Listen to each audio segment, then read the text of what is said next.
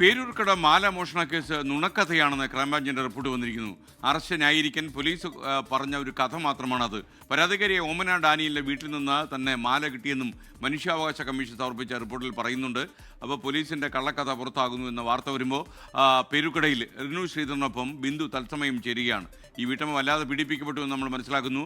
ബിന്ദു എടുത്തിരിക്കുന്ന നിലപാടെന്താണ്? നിയമ നടപടികളുമായി മുന്നോട്ട് പോകുമെന്നാണോ? എന്താണ് റിനു ശ്രീധർ അവർ പറയുന്നത്?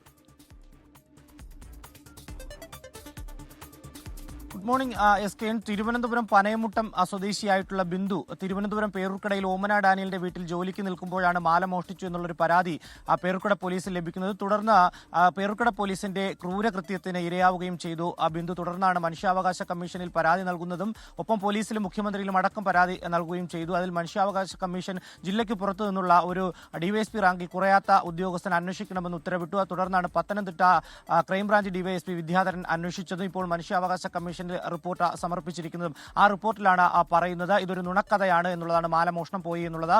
വീടിൻ ഉള്ളിൽ നിന്നാണ് ഈ മാല ലഭിച്ചത്. ഇവർക്ക് ഈ ഓമന ഡാനിയലിന് മറവി രോഗമുണ്ട്. അതുകൊണ്ട് തന്നെ ചവറുകൂനയിൽ നിന്നൊക്കെ കിട്ടി എന്നുള്ളത് വ്യാജമായിട്ടുള്ള ഒരു നുണക്കഥയാണ്. പോലീസ് കെട്ടിച്ചമച്ചതാണ്. വലിയ രീതിയിലുള്ള ഒരു ഇടപെടൽ ഇതിൽ നുണക്കഥ പ്രചരിപ്പിക്കുന്നതിന് വേണ്ടി പോലീസ് ഇടപെട്ടു. അതുകൊണ്ട് തന്നെ ഈ പോലീസ് ഉദ്യോഗസ്ഥർക്കെതിരെ ശക്തമായിട്ടുള്ള നടപടി എടുക്കണമെന്നുള്ള കാര്യം ഉൾപ്പെടെ പറയുകയുണ്ട്. എന്തായാലും ബിന്ദു ഇപ്പോൾ നമ്മളോടൊപ്പം ചേരുകയാണ്. ചേച്ചി, ആദ്യം മുതൽ വലിയ നിയമ പോരാട്ടമായിരുന്നു. ഇപ്പോൾ എന്താണ് തോന്നുന്നത് ഈ ഒരു റിപ്പോർട്ട് വരുമ്പോൾ? സന്തോഷമുണ്ട്, വളരെ സന്തോഷമുണ്ടെങ്കിലും തൃപ്തിയാണെന്ന് പറയാൻ പറ്റത്തില്ല. ആ സ്റ്റേഷനിൽ അനുഭവിച്ച അത് വെച്ച് നോക്കുമ്പോൾ ഇപ്പോൾ എനിക്ക് പ്രയാസമാണ്. എങ്കിലും ഈ ഓമന ഡാനിയൽ മാല കിട്ടിയെന്നുള്ള വിവരം വന്ന് സ്റ്റേഷനിൽ വന്ന് പ്രസന്നോടും പറഞ്ഞിട്ടും അത് ആ കുറ്റം എൻ്റെ തലയിൽ തന്നെ വെച്ച് കെട്ടിത്തരുകയായിരുന്നു. ഇനി നിയമ നടപടിയുമായി തുടർ നടപടിയായി മുന്നോട്ട് പോവുകയാണ്. തീർച്ചയായും മുന്നോട്ട് തന്നെ പോകും.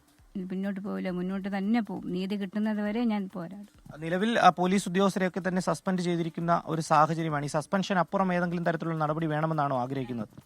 തീർച്ചയായും അവർക്ക് ജോലിയിൽ നിന്ന് വരെ പിരിച്ചുവിടണം എന്നാണ് എൻ്റെ ആഗ്രഹം. എസ് കെ, നിലവിൽ ഈ പോലീസ് ഉദ്യോഗസ്ഥൻ പ്രസാദ് ഉൾപ്പെടെയുള്ള പോലീസ് ഉദ്യോഗസ്ഥർ 3 പോലീസ് ഉദ്യോഗസ്ഥരെ സസ്പെൻഡ് ചെയ്തിരിക്കുന്ന ഒരു സാഹചര്യമാണ്. ഒപ്പം ഈ ഓമന ഡാനിയലും മകളും കോടതിയിൽ നിന്ന് ജാമ്യം എടുത്തിരിക്കുന്ന ഒരു സാഹചര്യം ഉണ്ട്. ഈ പോലീസ് ഉദ്യോഗസ്ഥരെ ജോലിയിൽ നിന്ന് ഉൾപ്പെടെ പിരിച്ചുവിടുന്ന നടപടികളിലേക്ക് പോകണം, അത്രയ്ക്കും അനുഭവിച്ചു താൻ എന്നുള്ളതാണ് ബിന്ദു ഇപ്പോൾ പറയുന്നത്. എന്തായാലും നിലവിൽ നിയമ നടപടിയുമായി ബിന്ദു മുന്നോട്ട് തന്നെ പോകാൻ തന്നെയാണ് തയ്യാർ. എസ് കെ, ലോകത്തെവിടെയായാലും ഏത് സമയത്തും 24 വാർത്തകളും ഓഗ്മെന്റഡ് റിയാലിറ്റി പാക്കേജുകളും എക്സ്പ്ലെയിനറുകളും വിശദമായി കാണാൻ ഞങ്ങളുടെ യൂട്യൂബ് ചാനൽ നിങ്ങൾക്ക് സബ്സ്ക്രൈബ് ചെയ്യാം.